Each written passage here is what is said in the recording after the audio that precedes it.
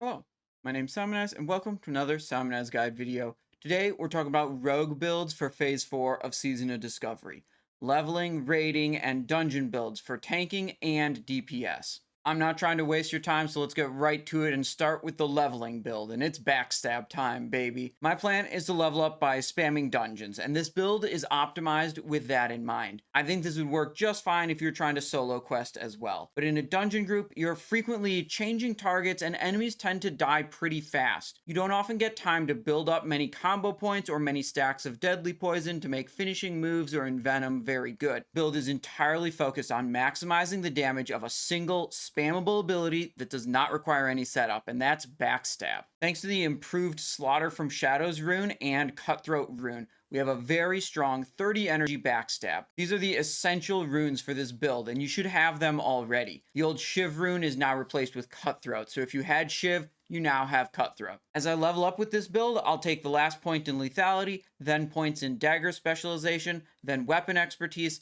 then finish off to improve slice and dice at 59 and 60, and then respec to a proper level 60 build. Speaking of level 60 builds, I intend to do a lot of dungeon tanking while gearing up my rogue. Being the tank in the group makes the group easier to form because then you don't have to find a tank, and I actually had a lot of fun rogue tanking on the test realm for Season of Discovery. It definitely doesn't suck to play like it did in previous phases. For my dungeon tanking build, we're running Deep Combat. It gives access to two powerful cooldowns in Blade Flurry and Adrenaline Rush. I found myself casting Blade Flurry pretty often while tanking, but saved Adrenaline Rush for emergency situations like when the group accidentally pulled an extra pack. The synergy between Fan of Knives and Focus Attacks rune giving energy back was really nice and made it a breeze to gain and hold threat on many enemies at once. The more enemies you pull, the more energy you'll generate with focus attacks, and the more frequently you'll be able to use Fan of Knives. It's actually easier to hold threat on 12 enemies at once than it is to hold threat on 4 enemies at once.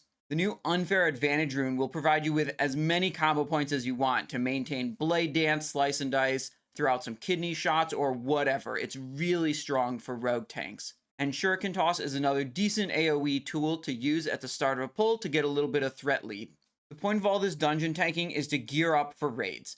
We'll be looking to get all the Shadowcraft pieces from the dungeons and upgrade them into Dark Mantle to be as strong as possible for the first Molten Core. For the raid builds with best in slot raid gear, current estimates place Mutilate builds about 3% ahead of Saber slash builds, and the Backstab builds a bit behind the Saber slash builds. For Mutilate and Saber Slash, it's looking like the best talents for both are actually the same. 30 points in Assassination to get the super good Relentless Strikes, Poison talents, and some ranks of Seal Fate. 21 points into combat, grabbing improved Sinister Strike, Dual Wield Specialization, and Blade Flurry. The points in improved Backstab don't actually help the Saber Slash build, but there's also not really an alternative place to put those points that would help the Saber Slash build. Where the two builds differ is the runes.